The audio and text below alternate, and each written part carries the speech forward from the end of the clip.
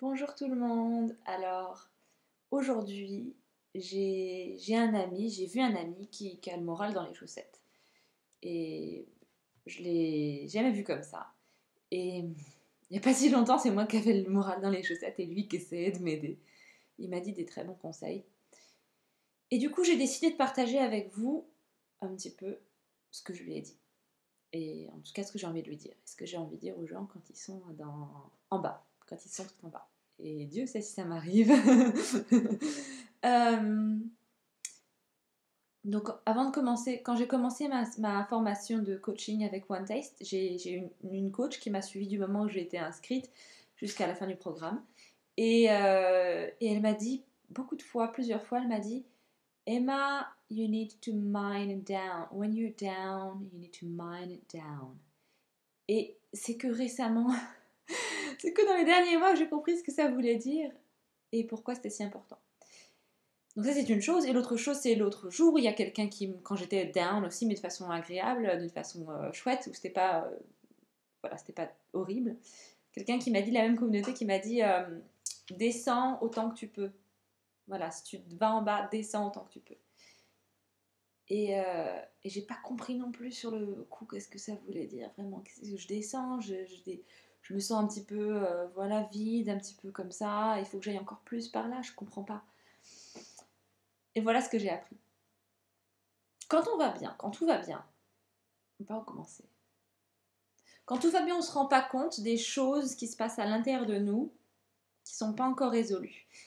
Des choses qu'on appelle en anglais des triggers, en français des choses qui, quand on va, c'est des souffrances qui n'ont pas été libérées, c'est des émotions qui n'ont pas été libérées, c'est comment on dit, des cicatrices qui, voilà, qui n'ont pas tout à fait cicatrisé et quand on les touche, ça fait très mal. Voilà, imaginez, là, on a une plaie et si on la laisse tranquille, ça va. Mais si on l'effleure, si on la touche, même juste un effleurement qui est une petite caresse, et ben, ça peut faire extrêmement mal. Et, euh, Et donc, si tout va bien, on ne se rend pas compte qu'on a ces cicatrices, on ne se rend pas compte qu'on a ces plaies, en fait, qui feraient mal si on les touchait. Du coup, tout va bien, jusqu'au moment où on est atteint. Et quand on est atteint ou quelque chose nous emmène vers le bas, c'est là qu'on peut voir qu'est-ce qui se passe à l'intérieur de nous. C'est là qu'on peut identifier qu'est-ce qui se joue, où sont ces plaies, où sont ces douleurs, où sont ces souffrances qui peuvent être libérées. Et c'est pas une chose agréable à faire, ça. C'est pas toujours agréable à faire de pleurer, de laisser passer, de vivre ses émotions, de laisser nous traverser. Et en même temps, quand tout va bien, ben, on ne peut pas vraiment le faire parce qu'on n'y a pas accès. Donc, ce que j'ai appris, c'est que quand je suis en bas, je suis curieuse. Curieuse de ce qui se passe. Qu'est-ce que c'est ma souffrance d'abandon, ma souffrance de rejet? Est-ce que c'est encore je doute de moi-même? Est-ce que je pense que tout le monde m'en veut?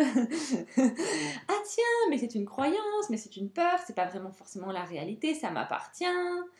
Ah ok, donc je me baladais avec ça et puis j'interprétais tout le monde avec ça, j'avais cette espèce de filtre que je voyais à travers la réalité, personne ne veut de moi, je suis horrible. Puis en fait, ah en fait, ah bonjour monde. Donc ça c'est une chose qu'on peut faire quand on est en bas.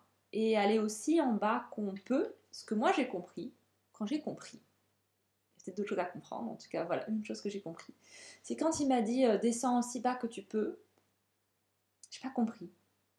Et plus tard, en fait, je me suis rendu compte qu'il se passait quelque chose. C'était bah, voilà, la fin de quelque chose dans ma vie, la fin d'une relation, la fin d'une période, une très belle période, d'une magnifique période. Et évidemment, quelque chose qui se finit comme ça, c'est pas forcément évident. Et en même temps, il y a forcément un deuil à faire, il y a forcément de la douleur, il y a forcément un petit peu un petit pic au cœur, quoi. Je me sentais vide et en fait j'avais pas envie d'aller par là, d'aller toucher vraiment la douleur de cette séparation. Et du coup, j'ai pas su aller jusqu'au bout du truc. Je sentais qu'il y avait quelque chose. Je me dis, ah oui, je me sens toute vide, mais c'est pas grave, je prends soin de moi, etc. Et en fait, il y avait un deuil que j'avais à faire et que je refusais de faire. Du coup, bon, bah, c'est revenu plus tard par des crises de larmes. C'est revenu plus tard, voilà, mais c'est pareil, au final, j'ai été bien accompagnée, heureusement. Merci, au revoir. Au passage, et tous mes amis sur Facebook qui m'ont aidé, et ailleurs qui m'aide encore.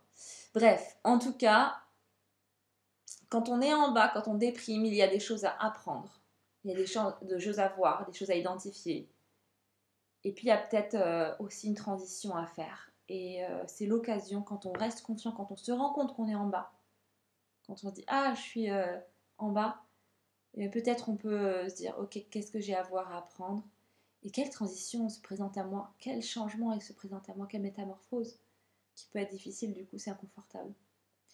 Et aussi pour finir, je vous dirais que l'orgasme, que nous on appelle féminin, que moi je dis l'orgasme, c'est tout ce qui vit à l'intérieur de nous, dépend de notre volonté, de notre contrôle. Ça va de l'éternuement aux larmes qui montent, au rougissement, au papillon dans le ventre, même une sensation de nausée ou de trac. Voilà, tout ça, ça peut être de l'orgasme en fait, dans mon sens à moi. Et bien l'orgasme, qu'on dit féminin ou moi je dirais au sens large, il y a des moments ça monte, puis des moments ça descend. Et en fait, on ne peut pas rester en haut tout le temps. Parce que c'est comment dire, c'est que on peut pas renouveler, il faut vider l'eau faut vider les énergies, il faut vider l'eau, il faut les laisser couler pour en avoir d'autres. L'idée d'un orgasme, c'est que s'il reste petit comme ça, eh ben, il peut rester en haut, mais pour qu'il aille en haut, ben, il faut qu'on aille en bas et que pour qu'il puisse remonter. C'est vraiment, c'est évident quand on le vit. Et voilà. Donc je crois que c'est la fin de la vidéo parce que je vais commencer à être brouillon et à m'emmêler les pinceaux. Donc ce sera ça pour aujourd'hui. Et n'hésitez pas à raconter voilà, vos histoires de quand vous êtes en bas, qu'il y a des choses que vous avez apprises, des transitions qui sont faites dans la douleur, qui auraient pu se faire dans la grâce, ou des transitions que vous avez réussi à faire dans la grâce.